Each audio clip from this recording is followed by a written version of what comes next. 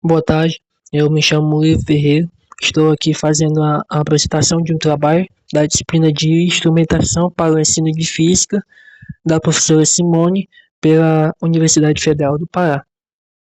E o trabalho, que no caso é a tarefa 4, é sobre o produto educacional, que é a aula experimental dialogada. A gente vai começar falando sobre o conceito e fundamento teórico dela, que ela se configura-se como uma estratégia pedagógica que articula demonstrações experimentais do fluxo natural da aula teórica, sem interrupções e ou demandas de tempo adicional dela. Ela, o seu núcleo ele se configura-se como uma integração fluida entre a exposição conceitual e prática, que é onde o professor ele vai conduzir os experimentos visuais e conceitualizá-los durante o desenvolvimento do conteúdo. Assim, ele vai transformando vai transformando em extensões orgânicas do processo de ensino, nunca em momentos isolados. O experimento ele não deve ser encarado como uma pausa na aula, mas sim como um elemento contínuo da explicação ou uma nova ferramenta didática, cuja montagem ocorre paralelamente à instrução teórica, preservando o, o foco pedagógico. Então, a gente pode afirmar que o objetivo central da EAD é, portanto, transcender a transmissão teórica, demonstrando operacionalmente os princípios físicos para ampliar sua assimilação. Agora a gente chega aqui na estrutura e o fluxo operacional, que consiste em 3 etapas interligadas da EAD. A primeira é sobre organizadores expositivos, que pode ocupar 1 ou 2 dias de aula, conforme a, a complexidade dos conceitos ou a dificuldade dos alunos de entender o assunto.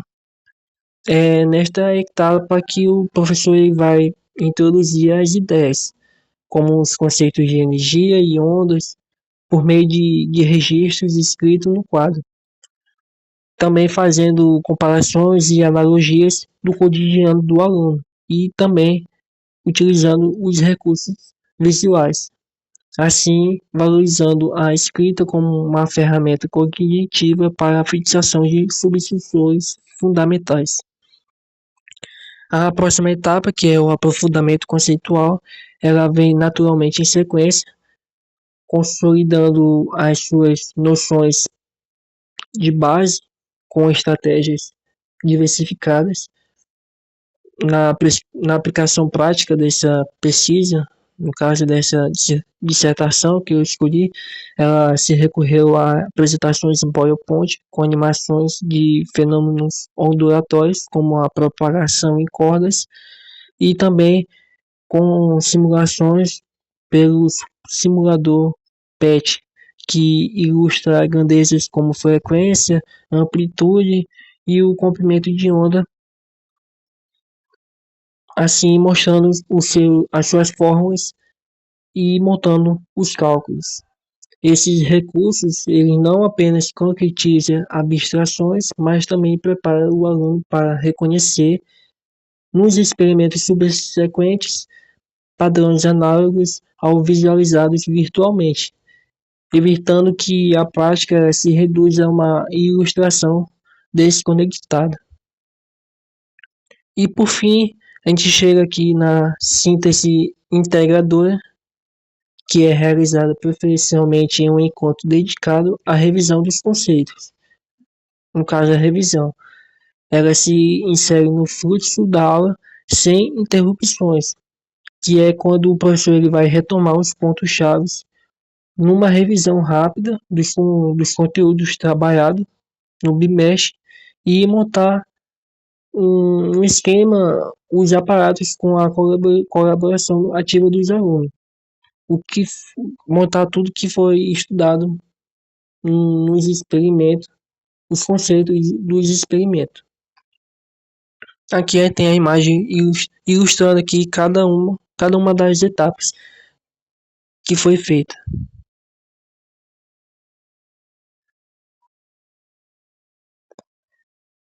A gente chega aqui na aplicação prática, os experimentos que foram realizados nessa dissertação. O primeiro experimento se chama a luz que faz a curva, que também pode ser chamado de reflexão total do jato de água. Essa montagem se iniciou com a preparação de uma garrafa PET mais resistente possível, depois fazendo um furo de dimensões reduzidas, que foi aberto na base inferior da garrafa, buscando um formato esférico para, para minimizar turbulências na hora do fluxo da água. Diante, das irregularidades no orifício, foi adaptado um segmento de canudo plástico fixado com uma cola quente para evitar possíveis vazamentos de água. Na sala de aula, essa garrafa de água foi posicionada com o furo voltado para uma parede lisa e foi também utilizado um balde para que a água caia dentro do balde. Esse canudo plástico foi mantido fechado com uma tampa para conter a água e foi alinhado um laser vermelho em paralelo ao eixo do canudo, direcionando o orifício. Aí, ao remover a tampa, o jato de água se formou-se imediatamente e o feixe luminoso, inicialmente projetado na parede, ele se curvou-se ao dentro do fluxo hídrico, que a gente está mostrando aqui na imagem, seguindo por sucessivas reflexões internas até o recipiente coletor, que é o balde.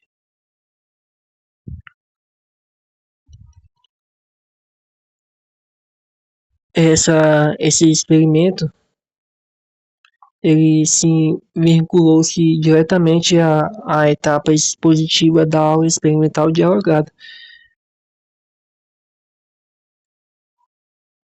Durante a demonstração, o diálogo emergiu naturalmente ao observar a luz que foi aprisionada no jato. Os estudantes que estavam presentes nesse experimento, eles associaram intuitivamente ao fluxo contido em mangueiras. Um deles, um deles até falou que é como se a água virasse um túnel de espelho, igual quando a mangueira não deixa o jato vazar pelos lados, evidenciando uma reflexão total com a barreira óptica.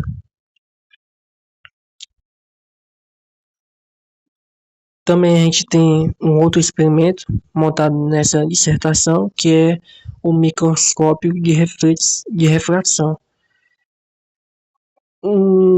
Nesse procedimento foi utilizado duas seringas,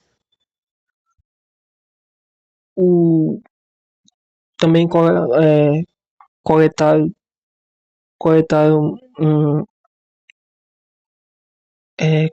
água limpa e a outra água suja, considerada suja. Elas foi reagrupadas nas agulhas das seringas. As seringas foram posicionadas horizontalmente em um suporte metálico, caracterizado como um copo estilizado, e foram pressionou-se o embolo com cuidado até formar as gotas estáveis na ponta metálica. Um laser vermelho foi direcionado de baixo para cima, atravessando a gota e projetando padrões luminosos num quadro branco. que está sendo aqui mostrado na imagem do slide. Na amostra limpa, observou-se apenas a refração do feixe, mas na suja deu para ver as partículas microscópicas surgirem com sombras ampliadas graças ao desvio angular da luz ao atravessar interfaces sólidos e líquidos. Está sendo aqui mostrado na imagem.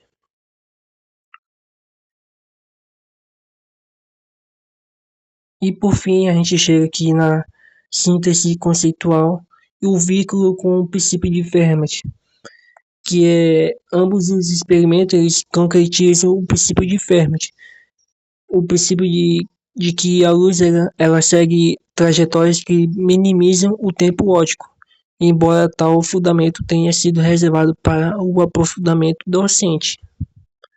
No jato de água, as reflexões suscetíveis representam o caminho mais eficiente e um meio de alto índice, que é a água, nas gotas. Os desvios refrativos e amplificadores resultam da otimização de percursos de interfaces descontínuas. Durante a aplicação no ensino fundamental, essa camada teórica não foi explicada, mas a dissertação ela oferece ao professor a base para articular demonstrações simplificadas a princípios físicos universais. Esta dupla de experimentos ilustra